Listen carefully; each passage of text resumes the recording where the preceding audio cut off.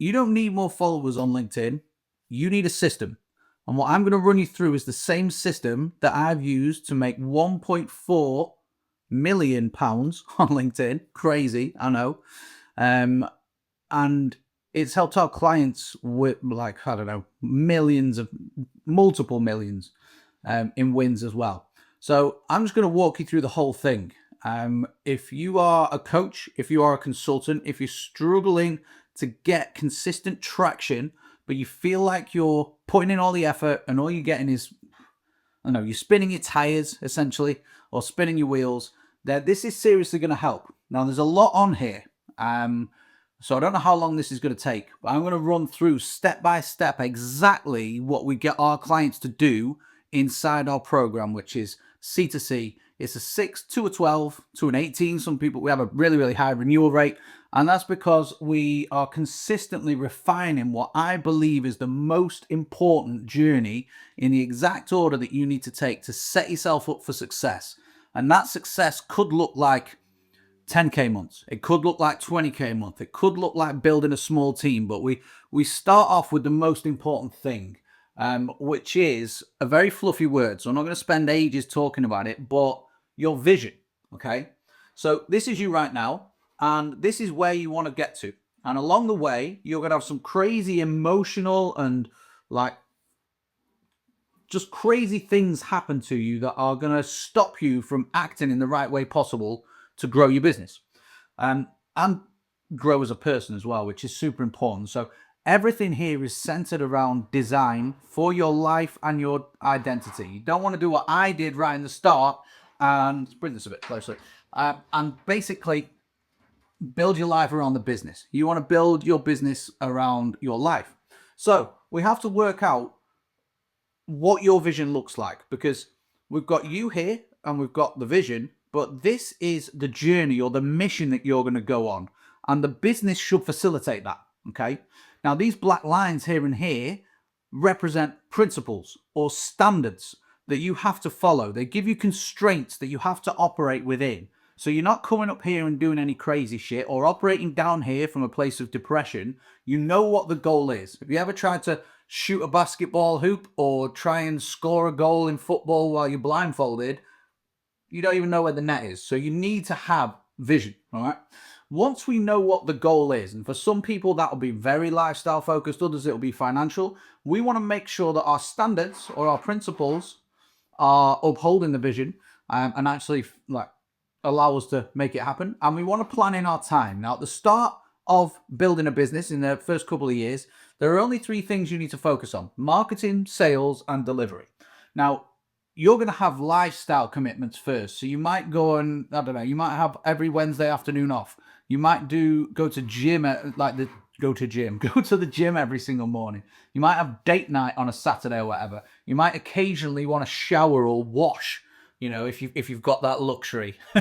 But what we need to do here is make sure that every single waking moment that is allocated for business time is actually focused on the right shit. We're not going and pissing around on Canva. We're not going and like ordering a load of sweatshirts with our brand on, or putting up neon lights in the office with the logo on, or anything like that. We are focused entirely on putting out our message, either one-to-one or one-to-many, to attract potential clients, ideal target clients, into our ecosystem, nurture them, and we'll get on to the rest. All right. So time allocation, habitual processes and tasks that you deliver with a lengthy time horizon and a low expectation of fast results. You will get fast results, but it's always good to have that low expectation, because when you do get the results, typically they take longer than you would expect. You are mentally able to withstand it. Now, alongside this, I also challenge you to go and get in the best shape of your life. Wake up and go to the gym every morning if possible, or at least work out. We all have that luxury, right? Because what that does is automatically raise your standards. You don't feel, when you've been working out, you don't feel like eating shit. You feel tired, but it also gives you energy, and it really wakes you up. It improves your relationships. It puts you in a better mood. You get all the endorphins that come with it too. And that, for me, has now become a standard. I operate from a place and an identity of a person that works out. consistently. Now, that might be running weights. I like to box as well occasionally. Can't do as much of it anymore. But that's now embedded and ingrained in my identity. And I do credit boxing with changing my life, to be fair. Anyway, once we've got this in place, what we now need to do is look at, first and foremost, our model, but then the offer that we're going to put on the table in front of people. And you might have questions here like, oh, who do I sell to? Or how do I know it's going to work? And I like to take people through a quick exercise, which I just call the 4 Ps. You may have heard of Ikigai or Ikigay. I don't know what it's called. But you essentially want to look for a market that has a problem that they are willing to spend money to solve. So the problem's big enough. They're willing to spend money to solve it, which means it's profitable for you. You then are passionate about it. And ideally, you have prior experience in it too. And if you can find that the center point here with something that encompasses all those 4, what that's going to do is mean that you have the right drive and the right means and the right kind of market to actually go and sell to. Then you want to look at,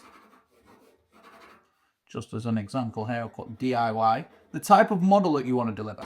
Loads of people want to put out DIY products into the market. They're sold this passive income dream where you just put up a course on a landing page and magically like 1 million people will go and buy it and pay you $27 each. Not necessarily how it works. So for coaches and consultants like yourself, the best thing that I think you can do is have a mixture of all of these. So we've got done with you, where you do it with the person.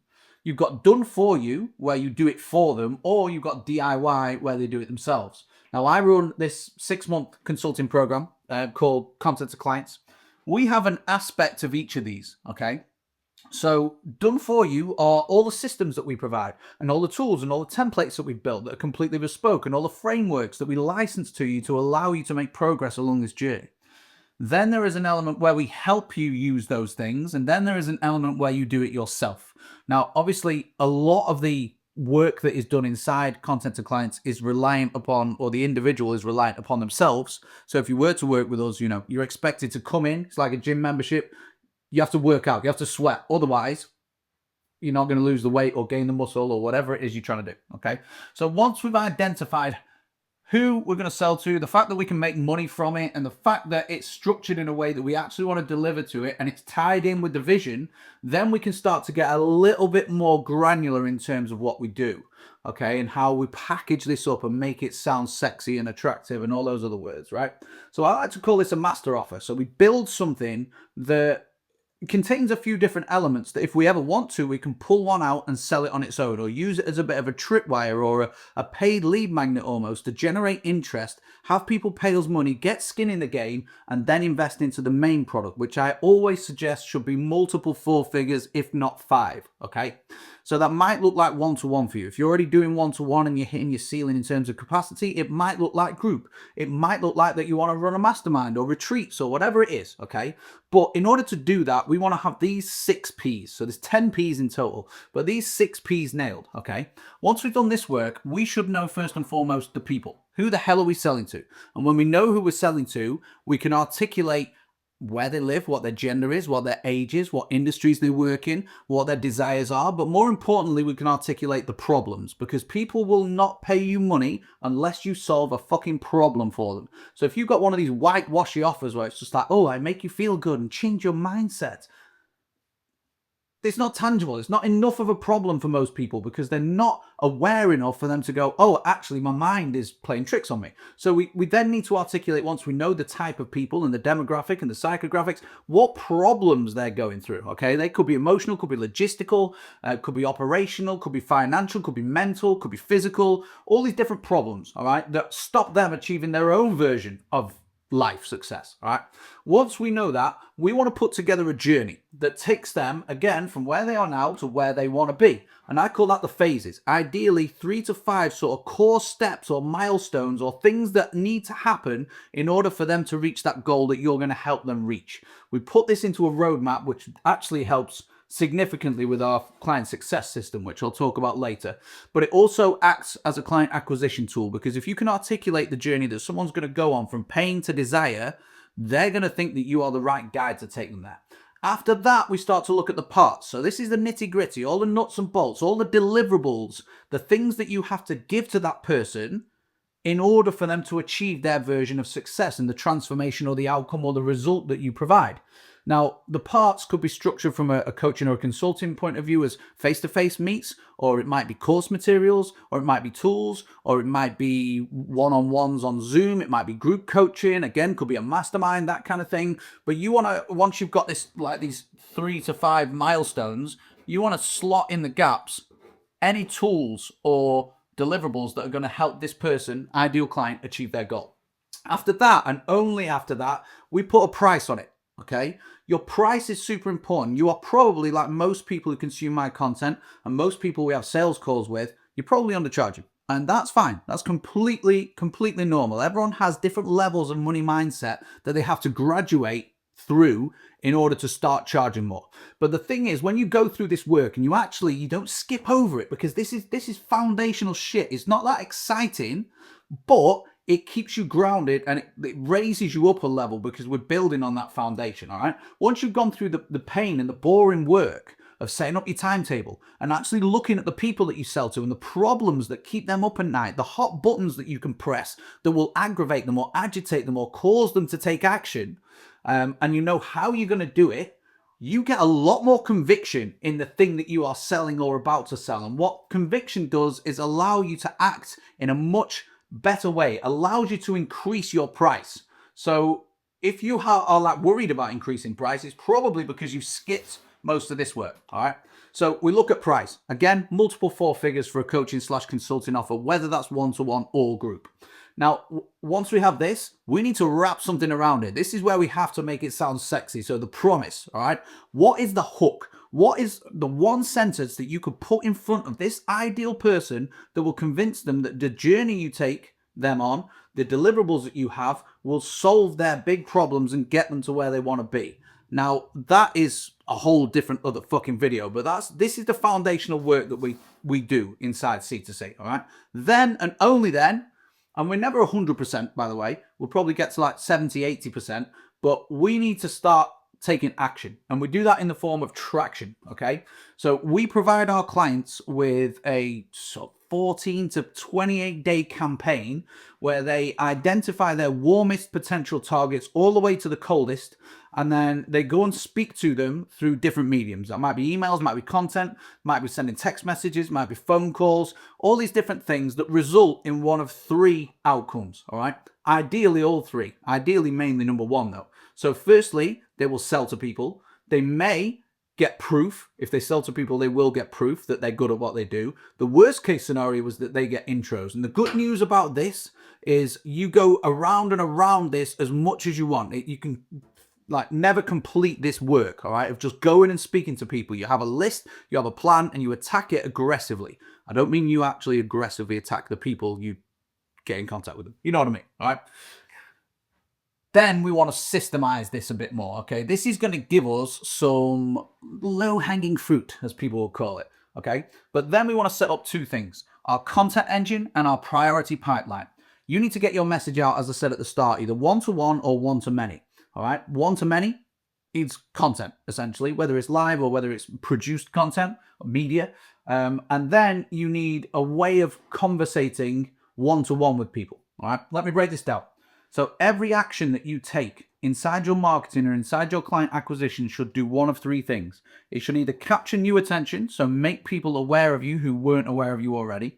It should build trust with the people who you've got the attention of, and then a small percentage of them who are probably in the market and ready to buy, you need to convert, all right? And in terms of content, so a one-to-many piece, we do that through 2 mediums, all right? A personal brand blueprint and MQOs. Now, the personal brand blueprint is all emotional, okay? It gets people to like you as a person and buy into you, your story, your journey, your values, your ethics, your morals, your opinions, your loves, your hates, your failures, your vulnerabilities, that kind of thing. And when we put that kind of stuff out into the world as content, it takes us from this red ocean of everyone who's saying the same shit, and it puts us directly into a blue ocean, which is a market of 1. No one can compete with you when you lean into your uniqueness. So it's the whole point of this personal brand blueprint, and it gives us content for days. We also have a whole production and distribution system that we give to our clients as well, which makes coming up with content super, super easy. Now, MQOs are the opposite side of the brain, all right? They are very logical. This is your business content. And MQOs stand for misconceptions, questions, and objections. In my opinion, this is the best type of content that you can make. Any misconceptions that people have about why you or your service might not be able to work, any objections that they have that would stop them from working with you, and any questions they might have as to the logistics of it, okay? So what this does, this MQO content, is it takes old beliefs or current beliefs that clients or potential clients have, and it breaks them. And it forms or helps them form new beliefs, which position you as the right person to go to. So when we put this content out into the ether, what happens is we start to attract some form of attention, right? And when we have attention, we need to know how to deal with it, and we need to know how to deal with it in the right order. Cue the priority pipeline, all right? Most people spend ages chasing cold leads. But if we're putting the right kind of content out there to attract attention, we're not going to have to focus on cold. We're going to have to focus on medium and hot leads, which is absolutely ideal. Our close rate for C2C is absolutely through the roof. I've never heard of anyone with a higher close rate in all the mastermind rooms that I've been in. Given most of our content is organic, and most of the people I speak to are just using paid, very lazy in my opinion. It doesn't build brand, which is included in here but not included today. Ideally, we focus our daily activities on these people first, and then we deprioritize any cold messaging, which also takes the ick and the sort of pushy feeling out of having conversations with people. Now, again, this doesn't necessarily have to be DMs. This could be cold calls, could be emails. You may end up as part of the content engine going and speaking to people one-to-many on a stage, as an example. So we just need a mechanism that allows us to follow up with the hottest people first. Now, how we do this and execute this on a more tactical sort of day-to-day level is through our 20mm system, which comprises of 4 C's, all right? We post the content. We leave comments if we want to warm people up and nurture them outside of having one-to-one conversations with them. We connect and add people to our audience, so we connect with a certain number of people each day, and then we have the conversations that I've just mentioned. Now, when this attention starts to build, which is pretty quickly, which it will, you're going to start to see a lot of people that sit in the middle of the funnel. I'm not a big advocate of trying to go viral or make content that captures loads of attention, because actually you just get a load of unwanted attention. And I'm not a big fan of selling all the time, because I think it makes people look desperate and it makes people tune out, the ideal audience tune out. So most of the stuff that I like to do sits around this trust or this middle of funnel bracket here, okay? And when we have trust, we can make asks. We can ask people to do certain things. One of those things is to opt into a free resource. So we put a lot of value out here into what is called a lead magnet, but I actually call it a demand magnet, because we create demand and then use that as a magnet to pull people in. What this does is allow us to automate certain things, because we get people onto an email list if we have one. If not, we have a very simple sort of 5 to 7 email sequence, the demand sequence, which builds demand for the thing that you sell, and also takes us off our main social platforms, whether that's YouTube, LinkedIn, Instagram, whatever, okay? And what we do is run this continuously. So rather than trying to sell to people all the time, we just like to subtly mention client results and different things that point people towards some of our free resources, all right? When you do enough of this, okay, and when these processes are dialed in, which is exactly what we help people do, we're going to start to get leads. That's the whole point of everything here, all right, is to get leads. And when we have a lead, we take them into what I call the signature sales system. And this is IP and proprietary systems that we've developed over 3 years. So the first stage in this signature sales system is qualification and disqualification, because you have got someone who looks like a marketing qualified lead, but we now need to turn them into a sales qualified lead. All right. So we like to do that either manually, but ideally we do it automatically using a Calendly form, because at the moment we sell through sales calls. And if that person's a right fit, they will have booked a call. All right. But between them booking the call and the call taking place, there is this delay. Sometimes it's like 3 to 4 days. All right. We could be talking 48, 72 hours. So what we like to do here is plant a load of content in front of people. And again, I call it the success sequence, but it's filled with MQO content, some of our best performing MQO content, whether that's objection crushing, whether it's installing new beliefs, whether it's social proof that's relevant to that person, whether it's a roadmap video kind of like this, maybe a bit better designed. But we want people going from the state of booking the call to showing up on the call. We actually want to make them show up as well. But we want them to come ready to take action, and with as little objections, questions, and misconceptions as possible. Okay. Then we're on the call. We conduct a discovery, very structured discovery, in order to find out where they're at now, where they want to get to, and what the blockers are that are stopping them getting there. We also kind of paint a picture of the parallel universe effect, I call it. You could go in one way, what happens in 6 months, or you could go this way, what happens in 6 months. And it's positive versus negative. If they're a good fit, because not every single one is, we then deliver a pitch. And we pitch in a very specific way, okay? We give them the big promise. So this is what we're going to do, and this is how long it takes.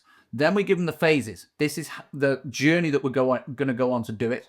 This is what we actually deliver to you, so the deliverables. And then finally, the price, all right? And sometimes on calls, you may want to incentivize people. We actually have a first call incentive rate. So if you book a call with us, the best time that you are going to get, or the time you're going to get the best price, is there and then. So along in this success sequence, we're actually warming people up, saying that basically, if you come into a call, come ready to take action, because there is no point in doing exactly what this says and delaying, all right? You've probably been on the fence for years. So once we've got that, we'll either close them or not. And that means we either follow up with them, so we have a separate process for that, or we turn them into a client, which then sees our client success system kick in, all right? So the first step, I've narrowed this down to 4. The first step in any client success system, that's hard to say. Maybe I might have to change the name. We onboard people, all right? So we bring them in. We give them access to absolutely everything that they need. We make sure that all the boxes are ticked and that they are happy. The worst thing that you can do is have a shit onboarding process, because all that does is increase the chance of people having buyer's remorse, which is not what you want. Then we deliver the thing that we deliver to them, whatever that is, whether it's coaching, consulting, could be accounting, could be videography, whatever it is you do, you deliver that. This is typically where most people fall short, though. They don't provide any scalable support or materials, which are super, super crucial, all right?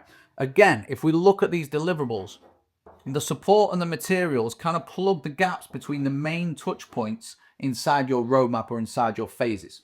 Then we go through a typical working relationship with people, and then we hit what I would call the end point. We either upsell to someone, we renew someone, or we offboard them, okay? Hopefully with a smile on the face. And during this process, what we're going to collect is a load of social proof that then comes back into the middle of the funnel here and proves that we are fucking good at what we do. And then that feeds the rest. It feeds the conversations, it feeds the content engine, it feeds the offer as well. It also feeds the MQO and the success sequence here, alongside some of our lead nurture, which takes place in the form of emails. Now, this is all well and good, but you have to first master yourself, then you have to master a system, and then we do the final thing, which is pouring petrol on the fire, all right? And I call that scale. It's a very, very simple anagram. Systems, content, automation / AI, labor, and elimination. So you can systemize something, all right? So we have a system for each of these things. You will need to create your own version of that system, all right? We do hand the tools to people, but it's on you to make them count. When it comes to content, we will want to make evergreen content. A perfect example of this is the success sequence that I mentioned here. That is evergreen. We might have evergreen assets that we end up turning into ads or something like that. Then we've got the automation side of things. So as an example, when people come and join our program, I fill in one quick form and it pings out various automations, a contract. It gives them access to our community that's in Slack. It gives them access to our online portal and the roadmap and the tools.